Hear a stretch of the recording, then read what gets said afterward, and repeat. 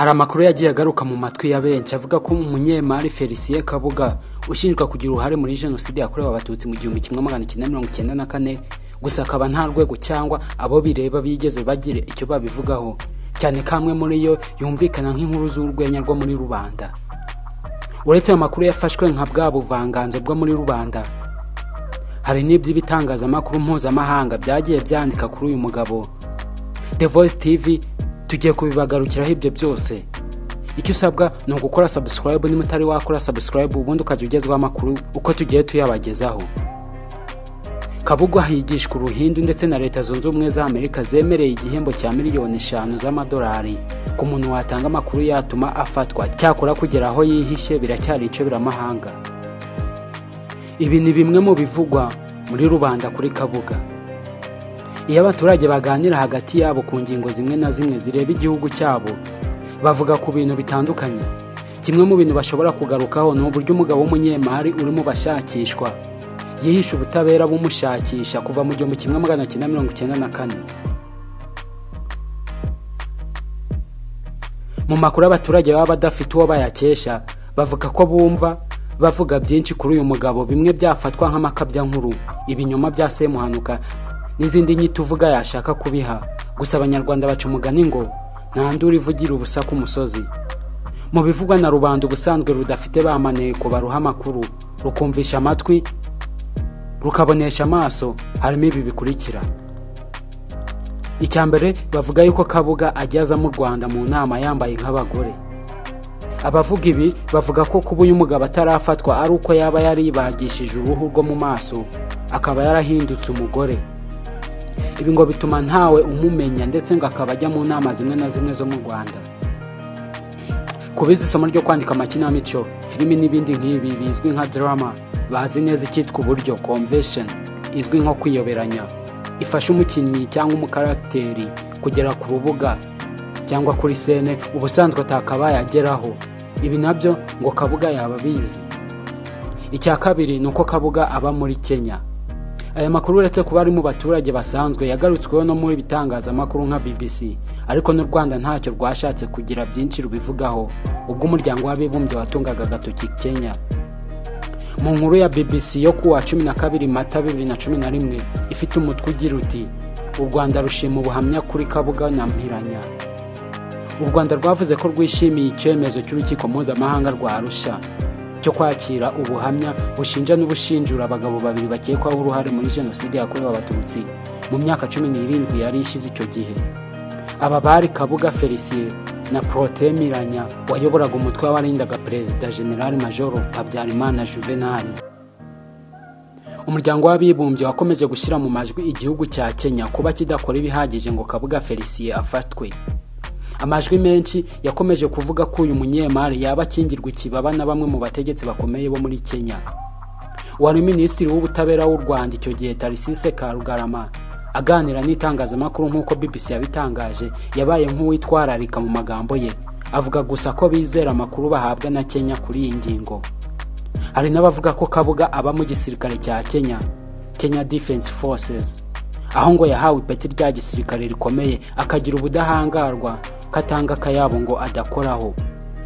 Ikindi abaturage bavuga nuko bavuga ko Kabuga ngo yaba afite imbaraga zidasanzwe. Hari abavuga ko yaba afite imbaraga zidasanzwe za kimuntu, ko yaba yihinduranya bityo ko no kumubona ari igitangaza. Hari amakuru yavuzwe ko hari uwamukubise amaso mu gihe yisuganya ngo atanga amakuru aterwa bombe ahinduka ubushingwe. Ikindi kandi nuko ngo Kabuga afite imodoka zikora ubucuruzi mu karere u Rwanda ruherereyemo. Hari abavuga ko uyu mugabo ngo agikora ubucuruzi ndetse ngo imodoka ze nini zitwara ibicuruzwa zizwi amaplake kandi ngo zikaba zigenda mu bihugu byo mu karere kose nta nkomyi. Hari uwakabije avuga ko ngo hari umwe mu bayobozi ngo witwazaga ko avuka mu gace kamwe na Kabuga ngo akumva yajya kugirana ibiganiro nawe, ngo bamubwiye ko asa n'uwiyahura, ngo niyo yagenda avuga mugenu ururimi rwo rukiga ruvugwa na bamwe mu baturage mu karere ka Gicumbi ntacyo byatanga.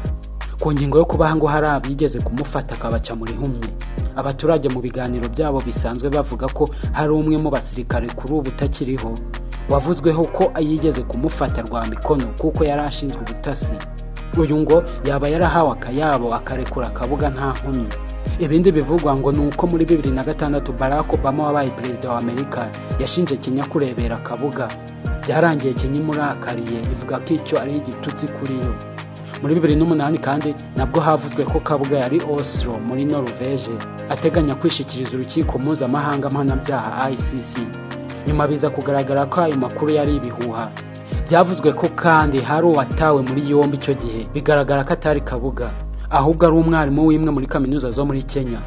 Nubwo bimeze bityo, hari abanyurwa manuma benshi bakemeza ko Kabuga akomereje ubucuruzi muri iki gihugu cya Kenya.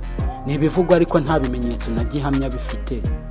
Mu nkuru y'ibinyamakuru bitandukanye birimo Jeune Afrique mu Gushyingo 2012 byatangaje ko Kabuga yaciye muri humye polisi y'Ubudage ubwo yafataga umukwe we ni Augustin Ngirabatware wari minisitiri w'igenamigambi mu gihe cya jenoside yakorewe abatutsi.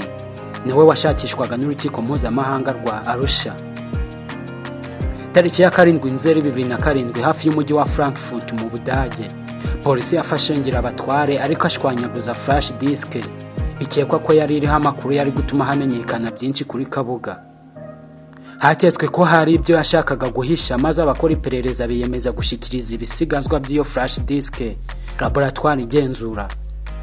Abatekinisiye bagerageje gukura mu madosiye amwe nyuma y'igihe kirekire, aho harimo imwe yari bashishikaje cyane kurusha izindi, yerekeye urupapuro rwishyuriweho amafaranga y'ibitaro angana n'amayeri 5,000 yishyuwe n'umuntu ufite ubwenegihugu bwa Tanzania. Uwo yari yivuje ibyerekeranye n'ibibazo mu myanya y'ubuhumekero. Abapolisi b'Abadage bakomeje gushakisha urupapuro rw'inzira rwakoreshejwe n'uwo wari waje kwivuza yakoresheje yinjira mu gihugu, maze babaza ubutegetsi bwa Tanzania nyirarwo. Batunguwe no gusanga ifoto bahawe ndetse n'ikinyamakuru Jeune Afrique cyabashije kubona ari ya Felecien Kabuga wari ufite imyaka 77 icyo gihe. Ese Kabuga yacitse ati icyo gihe? Ubwo abakora iperereza basubiraga mu rugo rwa Ngirabatware, hari hashize igihe kirekire Kabuga yavuye mu Budage. Ariko iperereza ryakozwe mu baturanyi ryagaragaje ko ubwo yivuzaga Kabuga yari acumbitse muri iyo nzu. Hari abavuga ko bamubonye agenda yicumba inkoni, hari n'abemeza ko yari agihari ubwo polisi yataga muri yombi Ngirabatware umukwe we. Nk'uko umwe mu nshuti za hafi n'abakora iperereza yabitangarije Jeune Afrique, ngo Ngirabatware yavuze amagambo atandukanye mu rurimi abapolisi batazi imbere y'ifatwa rye. Ese rwaba rwari Ikinyarwanda? Ese yaba yarabwiraga sebukwe? Ntibyamenyekanye icyo gihe. Ikizwi ni uko ku itariki ya 17 Nzeri 2007 Kabuga ugishakishwa kurusha abandi mu kugira uruhare muri jenoside yakorewe abatutsi yaciye mu myanya y'intoki polisi y'Ubudage kuko yari hafi neza yo gutabwa muri yombi. Felecien Kabuga w'imyaka kuri ubu igera kuri 85 arazwi cyane kubera ko yari umwe mu bacuruzi bakomeye mu gihugu. Akekwaho kuba ari umwe mu bantu bayateye inkunga y'amafaranga umugambi wa jenoside. Uyu mutungo we ngo ukaba ari wo yakomeje kwifashisha anyura mu myanya y'intoki amahanga yose amuhiga. Ese Kabuga Felecien ni muntu ki? Umuhungu we Donatien Kabuga muri 2014 yabwiye itangazamakuru ryo hanze y'u Rwanda ko se umubyara Felecien Kabuga yavutse mu ntangiriro z'1930 mu muryango uciriritse wo muri komine ya Mukarange muri prefegitura ya Byumba, ubu ni akarere ka Gicumbi. Yiyigishije gusoma no kwandika kuko ntiyagize amahirwe yo kujya mu ishuri. Kabuga ni umuntu wavuye ku busa akiyubakira umutungo ugaragara. Yatangiye akiri muto, ifaranga rye rya mbere ngo yari koreye afite imyaka 12, agurisha ibisobanuro yabaga yiboheye ubwe.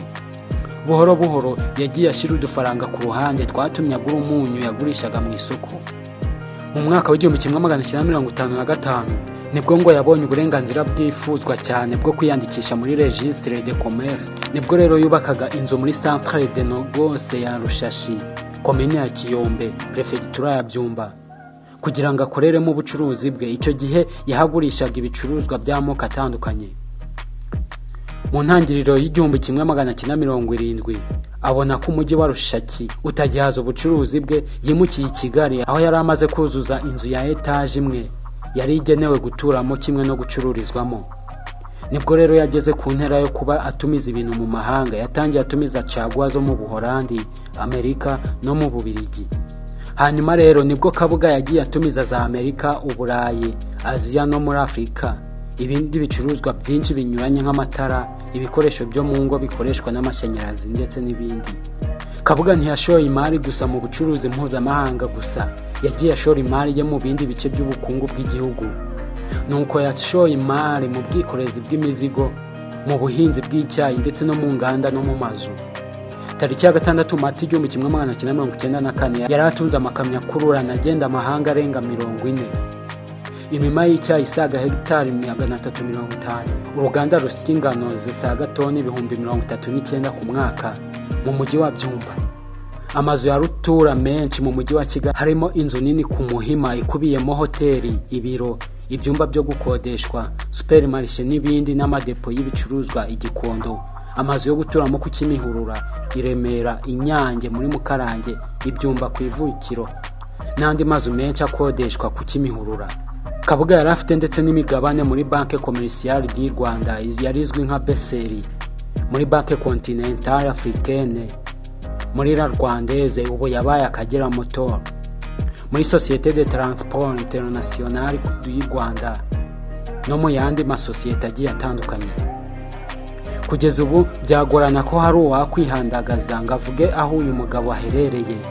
Kabuga arashakishwa ngo agezwe imbere y'ubutabera ku byaha akekwaho byo kugira uruhare muri jenoside yakorewe Abatutsi. Ikizwi ni uko uyu munyemari aba mu bwihisho kuva mu myaka 26 ishize, nk'uko byanashimangiwe n'umuryango we bwite.